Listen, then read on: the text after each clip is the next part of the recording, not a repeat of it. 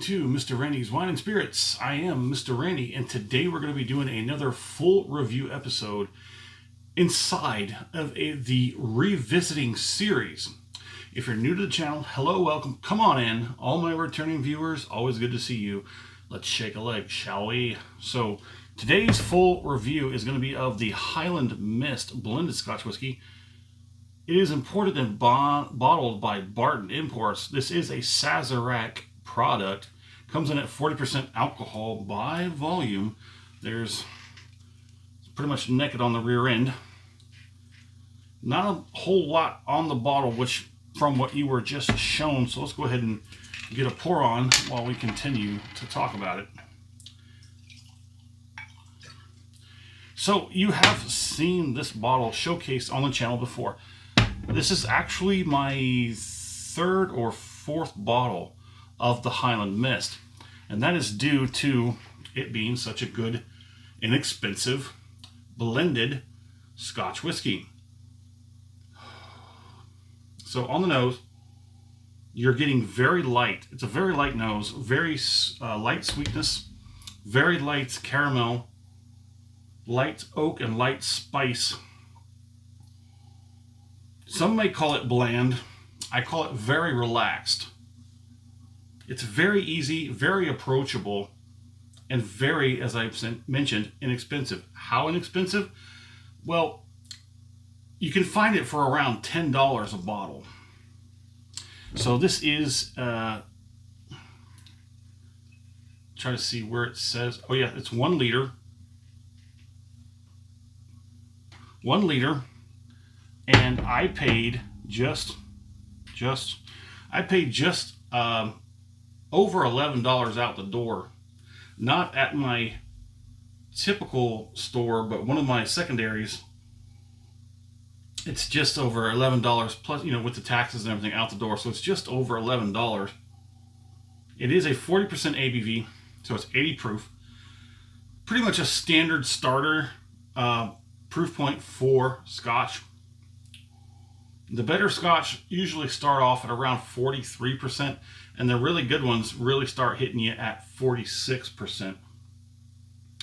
And again, this is produced by Barton. It is owned by Sazerac. There is a no age statement for this. It is blended, so it comes from 4 different regions. You have the Highlands, you have the Lowland, you have the Speyside, and you have the Islay. They are blended and married for about 36 months before they're bottled and shipped out. And as you can see, it is imported. There is a unique story behind the guy who originally made this. He came to Kentucky, and I guess he worked for one of the distilleries. Forget which one. It'll pop in my head sooner or later. But he worked for him, I guess, and then the guy, Willett, he worked for Willett. And Willett, I guess, sort of passed his legacy down to these 2 guys. The guy that came up with this and another guy, I don't remember his name. I don't remember either one of their names, completely honest at this point. I didn't write that down, but he handed it down to these 2 guys to run and do the whole Willett distilleries.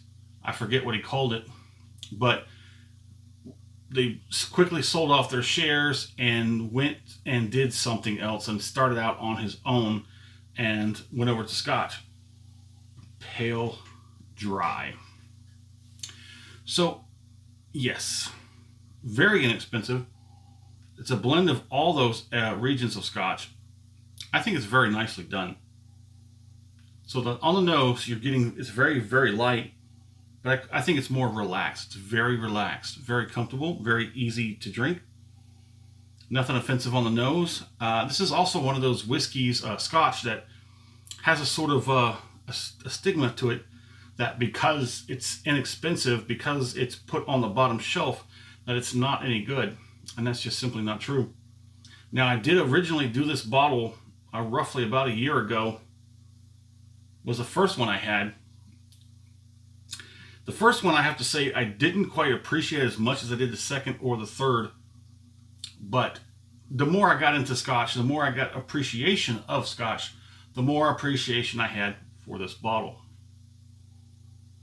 So yeah, don't let where it sits on a shelf and how much price tag it has on it.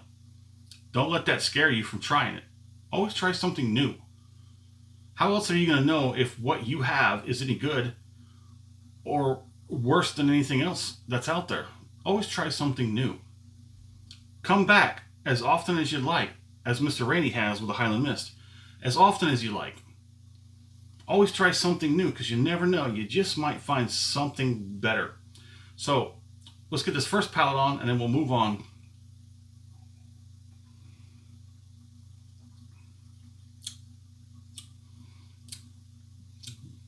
As you know, that first palating is just basically an acclimation, just to sort of wake everything up and get it ready to go.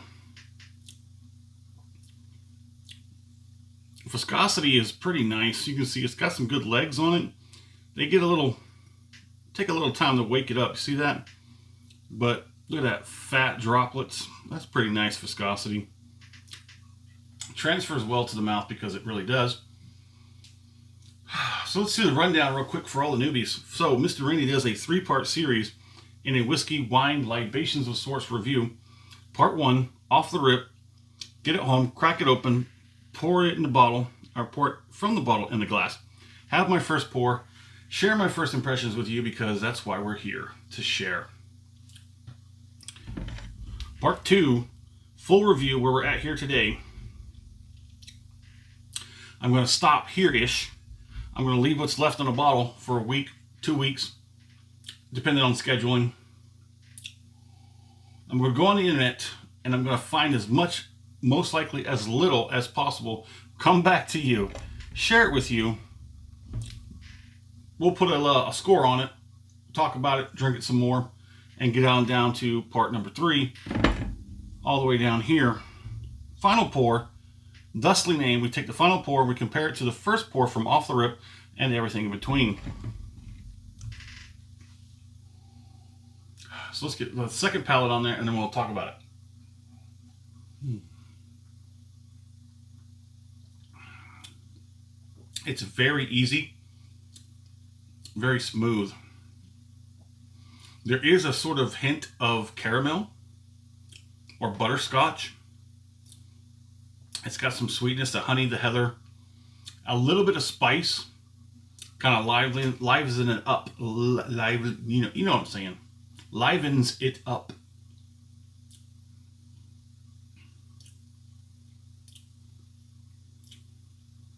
It is a mixture of Highland, Lowland, Speyside, and Islay. I think the Speyside, it doesn't tell you how much of each is in it, or at least nothing that I could find.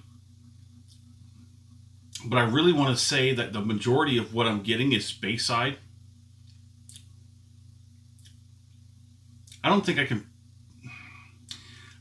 pull much of any Islay out of there. That may be what's being contributed in the spice department. It may have some of that peated Islay. I really wish I knew which one was coming from Islay. That'd be really cool to know that. I'm not too much into Highland or Lowlands, but I can definitely get a lot of Speyside off of this. Let's go and get one more.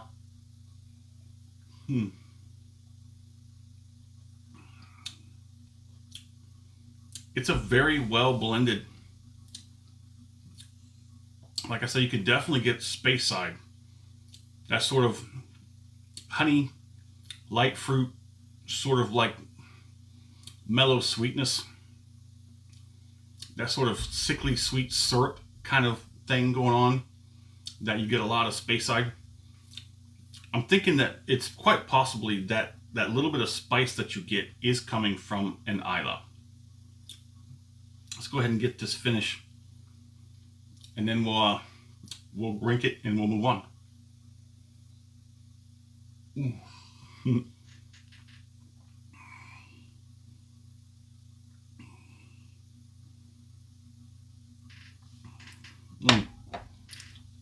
That was a big one.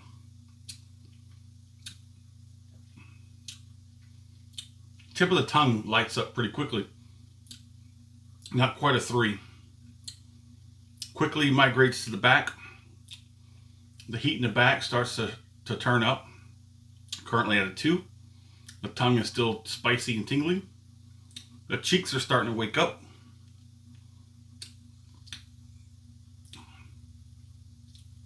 The lips are maybe pushing a 1. The cheeks are now up to a 2. The back end is now a 3. The tongue has pretty much been knocked out. It's kind of numb, and it's not really picking up a whole lot of anything off the tongue. The cheeks are starting to get up there. The gums are coming online. That heat is more like a flare-up. It flared up to a 3, and now it's back down to a 2.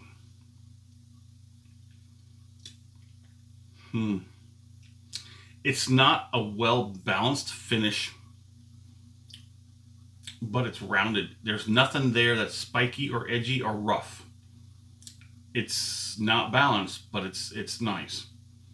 The majority of what I'm getting now is the effects, so the flavor has pretty much subsided.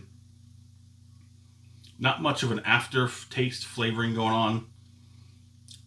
It's just like cardboard. I feel like I just, for some reason or another, chewed on a piece of cardboard. But the effects are there. The 2 on the end, the heat on the back end is a 2. The cheeks are roughly around a 1. They're kind of numb. The gums and lips, well, the lips are probably done now. The gums are fading away. It's just the cheeks and that back end, a little bit of heat on the back end. It's not the best finish, but it's also not the worst. And considering what it is, or more to say, how much it cost you, this might cost you more where you're at than where I'm at. Some states, like we know some states, they might, the price on the shelf might be a lot lower. Then they hit you. They really ream you with the taxes. Here in Texas, the taxes are pretty standard. They're at 8.25%, just like any. I don't think they're 8.25. I think it's less than that. The math is a little tricky on how to calculate that, but it's roughly between 8 and 8.25 a normal sales tax. My score on this is going to be, I'm going to say it's going to be I'm going to give it a weak 3 out of 5. Now, I know what you're saying. You've bought 4 bottles of these and you're going to give it a weak 3 out of 5. It's a $10 bottle of hooch. A blending from 4 regions, no age statement, blended by Barton. Which makes me wonder, how do they do that? I don't know how they do that. Because it just hit me like, it's imported. I know that. I know it comes from Scotland. Where does it come from? I do believe it comes from, it says, okay, so this is one of those bottles that sparked a whole lot of questions. Imported by and bottled for Barton Imports in Louisville, Kentucky. So this was imported to Louisville, Kentucky, where it was bottled by Barton and sold by Sazerac. That's how all that flows.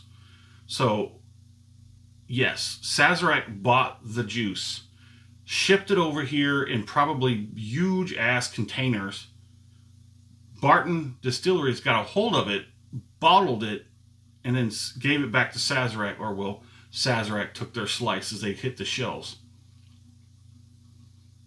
I was very hard-pressed to find a whole lot of detailed information about, what distilleries. I do recall was able to track down a handful of distilleries out of those 4 regions, but I think I bottomed out when it came to Isla, so I don't know what goes in there. If you have any information at all that has not been disclosed or showcased on this video, please drop it in the comment section.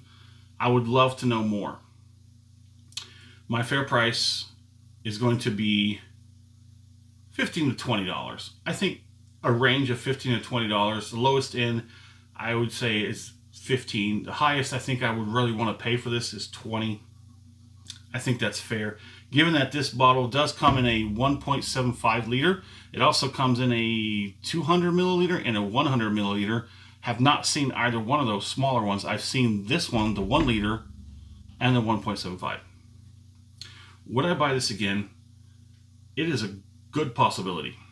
So there it is. Let me know what you think in the comments. And as always, thanks for stopping by here at Mr. Randy's Wine and Spirits. Definitely have a good one.